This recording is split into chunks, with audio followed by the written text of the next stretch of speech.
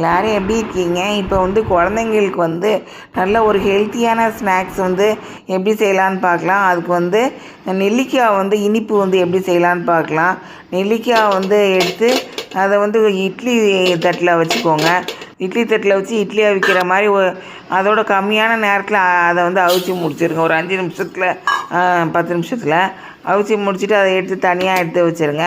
அப்புறம் ஒரு கிணத்துல சீனியை எடுத்துக்கோங்க. ஒரு 200 கிராம் சீனி எடுத்துக்கிட்டு அதுக்கப்புறம் தண்ணி அதே எந்த அளவு 200 கிராம் எடுத்தீங்களோ அதே அளவுக்கு தண்ணி எடுத்துக்கோங்க.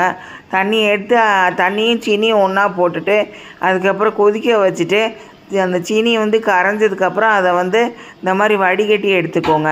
இது விருந்தார் ஆட்சி சமையல் தமிழ். இது சப்ஸ்கிரைப் பண்ணுங்கள், லைக்ஸ் கொடுங்க, நன்றி. இப்போ அவிச்சு நான் வச்சுருக்கோம்ல அந்த இட்லி தட்டில் வச்ச அந்த நெல்லிக்காவை அதை எடுத்து தனியாக வச்சுட்டு அந்த இதில் அந்த கொதிக்க வைக்கிறோம்ல அந்த தண்ணியை அந்த இனிப்பு தண்ணியை அதை கேஸ் ஸ்டவ் ஃப்ளேம் சிம்மில் வச்சு ஃபஸ்ட்டு ஃபுல்லாக வச்சு கொதிக்க வச்சுட்டு அதுக்கப்புறம் சிம்மில் வச்சு கொதிக்க வச்சு அதுக்கப்புறம் கையில் அந்த பிசு பிசுன்னு ஒட்டுற மாதிரி வரணும் அந்த தண்ணி இனிப்பு தண்ணி. அதுக்கப்புறம் அந்த நெல்லிக்காவை அதில் போட்டுட்டு ஒரு நாள் பூரா அதை ஊற வச்சுருங்க, நைட்டு பூரா. அப்புறம் அடுத்த நாள் எடுத்து சாப்பிடுங்க. நன்றி.